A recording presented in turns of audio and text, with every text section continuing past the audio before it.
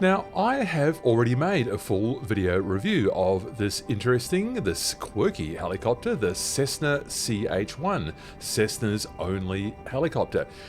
It was developed in MSFS 2020 by Cowan Simulation, and I reviewed it here in MSFS 2024, with which it is compatible. However, since I did that review, there's a couple of things I have learned further about it, and a few things that I thought would be interesting to share with you. So let us get under the hood and get the most out of this interesting and quirky machine. So let's fly. Now, first of all, the click spot to get that engine cover on and off is kind of down here. It's a little bit awkward. There is a click spot down here, open close hood, and there's a catch. It might just be easier to show you on the outside. So let's get into the external view, and that's just where I started this video. And before I do put that back on, let's take a look at this Continental Flat 6. Kind of interesting. And it's actually belonging to the same family of Continental engines that powered the Cessna 310. That's an aircraft add-on that I flew in MSFS 2020, courtesy of Blackbird Simulations. And yeah, when you think about the Cessna 310, it's got those quite flat engine nacelles. And yeah, you can see why, because of the layout of this engine. So I thought that was an interesting thing. And yeah, I thought it was nice just to be able to pop that cover off for you, and we can actually enjoy the modeling detail that the designers have put into this engine block and some of its associated equipment there. Continental, lovely. I love the way it even goes back to these two tailpipes out the back here. Fantastic. We don't see all of the transmission machinery. It's interesting to think that that transmission machinery all sits in the back underneath the cabin right there. So from a maintenance perspective, that must be quite a tricky operation. Maybe there are covers in here in real life for maintenance personnel to be able to pop all of that off to access the main gearbox so they can do their maintenance. So, as far as I know, we are not able to operate this in the MSFS 2024 walk-around mode.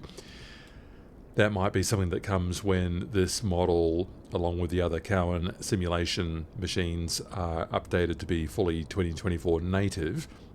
That day is not this day, as they say. Before that happens, what Josh Cowan will be doing is focusing on getting his Sikorsky S-76 machine out. So that's the first priority. So what we need to do then to get this hood on and off is to do what I showed you before. And you need to sort of get down. Oops, get down. No, if I can get the right keys. Get down here. Find that rather awkward click spot. There it is. And then the hood comes back on. Super. So that's ready to go. I'll just get back into my position there. Good. So these doors just open and close with the handle there. So they're all closed. That's good. And click spots that I didn't cover in the original review are these air vents here actually show and hide the doors. So you can fly doorless. That will appeal to some people. That's very rock and roll, flying around with the doors off, isn't it? So I think for the purposes of what I show you on this, we'll put the doors back on. So I'll get this thing started up and get it over on the runway, and we will show you a couple more things. And I'm shooting this one for you in stunning Telluride in the Colorado portion of the Rocky Mountains for reasons that will become obvious to you in just a couple of moments.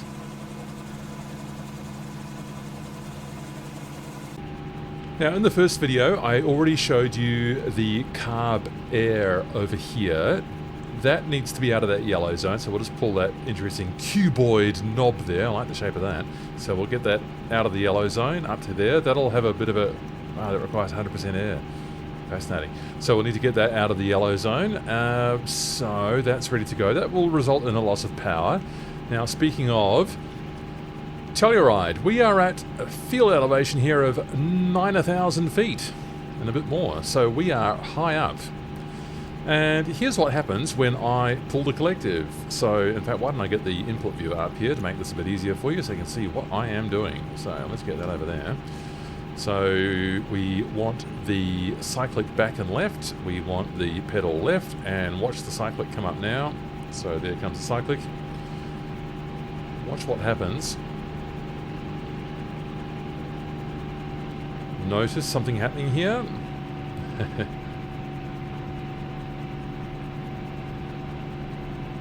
I'm getting a sag in the RPMs, both engine and rotor, and I am getting a low RPM warning, and I'm pulling full cyclic, and I am not going anywhere. So let's return the cyclic to where it was, and so then the engine and rotor RPM comes back up to where it was. In fact, I'll just fake it a little bit. I'll just put it halfway in, where we get that sag effect. Oops. Now, when you are this high up, you are going to need to use the mixture. So watch what happens when I bring the mixture out. We hear the engine and rotor RPM come back up to speed. Good, that's what we want. So I just pull that to about 50% there at this elevation, and that seems to work okay for me there. So we're all good to go with that setting there. Be very cautious with this thing here. If you get it to much lower than about 30%, it will starve the engine, and the engine will cut out. You will lose hydraulics. The helicopter will go into a sudden, dramatic, and fatal spin, which will result in you impacting the ground quite swiftly. So I'm not quite sure how realistic that process is, but it happens. So at least in this representation. So don't do that.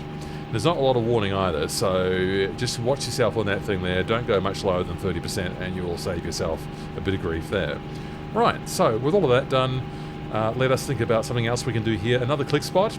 There's a cute click spot in here called Open Me. I'm not going to open that. I'm going to leave that be an Easter egg for you if you purchase that aircraft. There's a nice message there and there for you.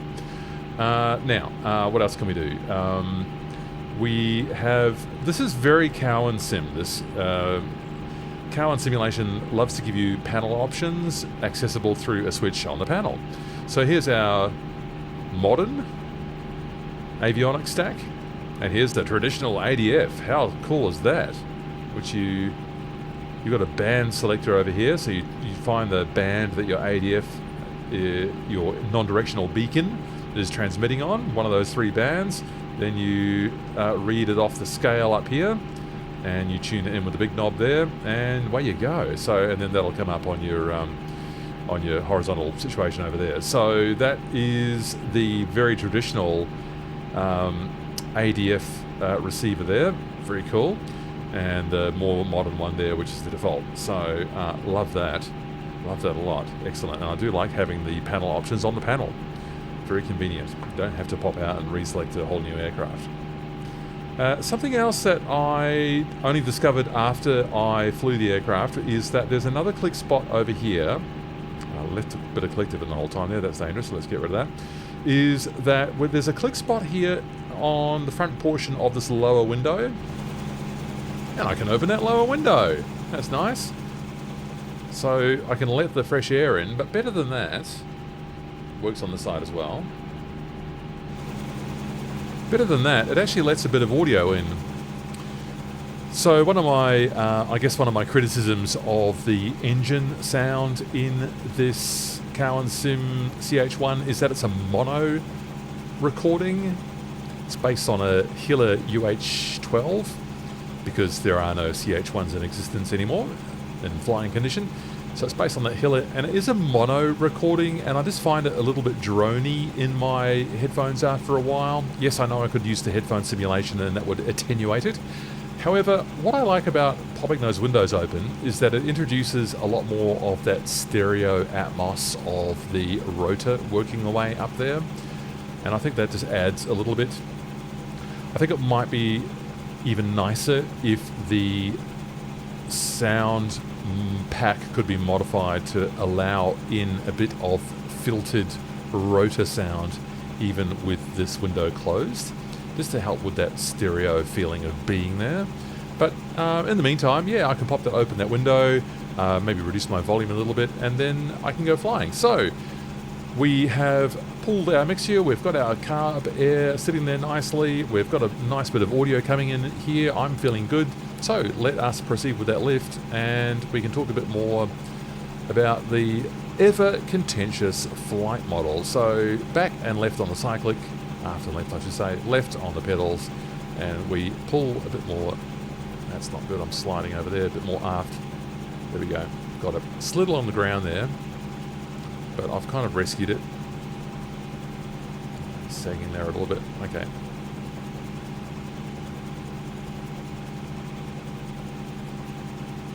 You need a bit of concentration with this machine. I stand by my original comments. Josh's view, Josh Cowan's view, is that this is the easiest flight model he has put into a helicopter. I find it very sensitive in the pitch and roll axis, which is realistic in the sense that, yeah, of course it is. Like you push into the cyclic when you're in a hover in a real helicopter, and you will get sudden and potentially dangerous results. This one I find is just very easy to very rapidly advance into areas that you don't want to be. I have increased the sensitivity on the stick deliberately, so let me just hit the active pause and show you what I have done with my controls. For this, I have increased the sensitivity per Josh's suggestion, and I've gone from an extremity dead zone of about, I think it was about 0.4 to 0.2, so that I can access more of the cyclic range. And the reason I did that, releasing active pause now, is for this. So let me pull a bit more collective, nose down, and show you a little bit more about what I've learned with this.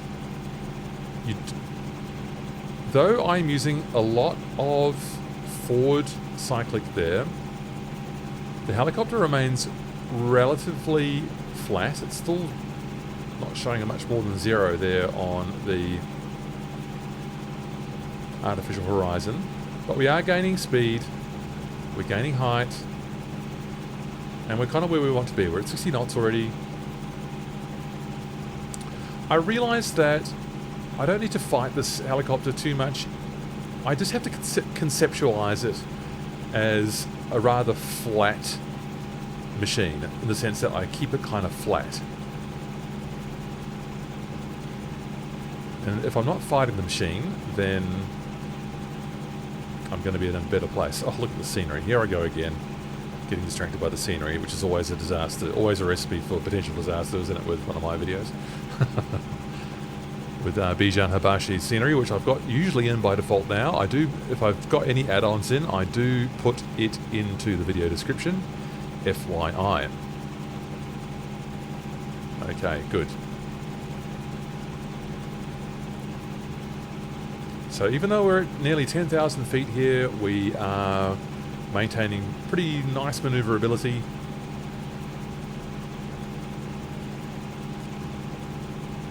I've got decent power here. One thing that I'm a little bit bothered by is the governor working away like this on the manifold pressure and hopping up and down the entire time. Look, I don't know how realistic or not that is. I can't possibly comment, I wouldn't know.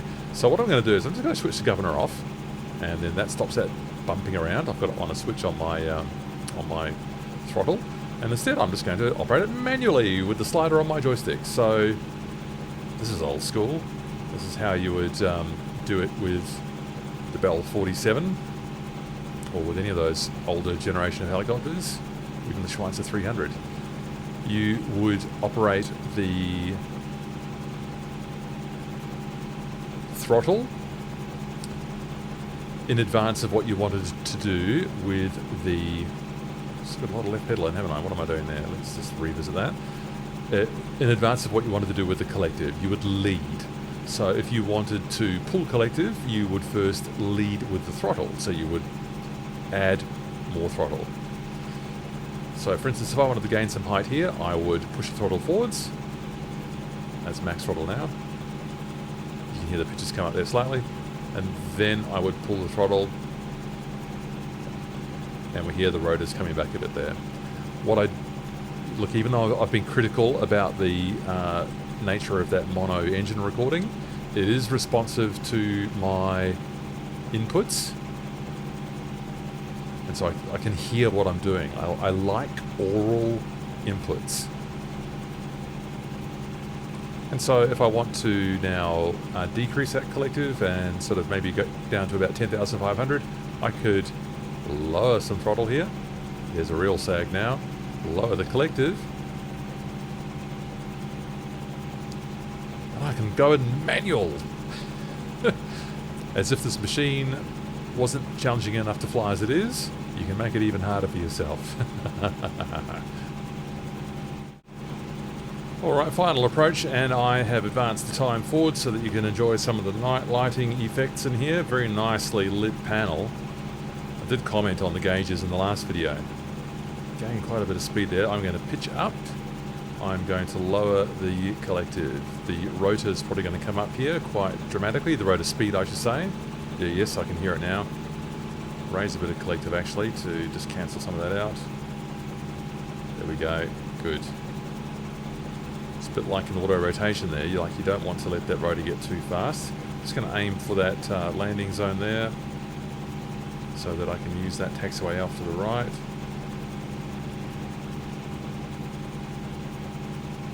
I feel like I've actually got better at flying the CH-1.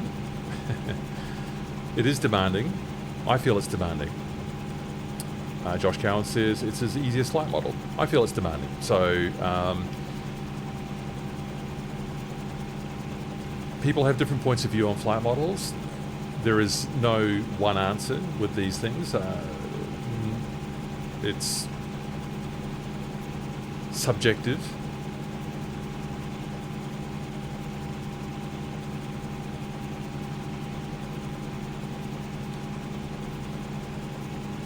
I haven't used any trim at all in this video, so I just sort of got used to using this just with the stick because I adjusted that extremity dead zone.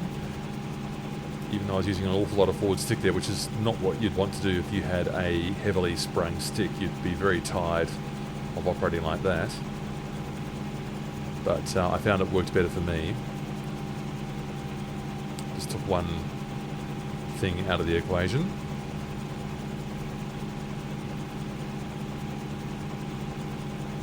Let's just get this back down onto the pad and we'll finish it there. We'll see what my manoeuvring skills are like here in the CH-1. Right, I just had to come a bit further down the road to find a free spot. And is that a Cessna 310 after me mentioning it at the start of the video? Fancy that. How very interesting. Well, continental to continental, let's get it lined up. How lovely. If I can just manage my collective here. I don't think I'm going to quite get in exactly that spot, so I'll just go over here a little bit. I'm going to have to focus on those cars as my guide here because I can't see anything right now. So, a bit of a wobbly hover, that's just what you get really. How did I do? Going on the external camera a bit further forward than what I wanted. Well, at least I'm in the dotted yellow line, taking a bit more space than maybe what I should. It's actually not that small, is it, the Cessna CH-1? I mean, it looks like it's longer than that Cessna 310. Is that a 310? I think it is. Yeah, it's longer, isn't it? It's not a small aircraft, so you're dealing with quite a length of aircraft, but there you go.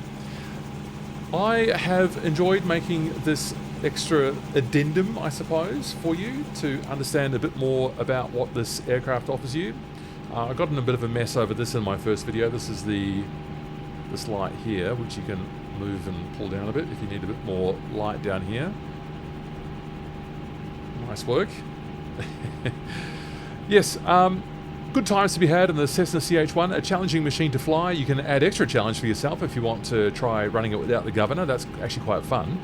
I did have the governor back on for that approach, otherwise it was going to get very difficult indeed. I've had a good time getting to terms with it. I maintain that it is still a challenge to fly. There are some features in here which I've enjoyed getting to terms with, getting further to terms with over the week or so since I released the first review. And yeah, so if you've had a go at flying it yourself, I hope you'll drop a comment and tell us what you think. In the meantime, fly safe, and I'll look forward to seeing you in another video real soon. See ya.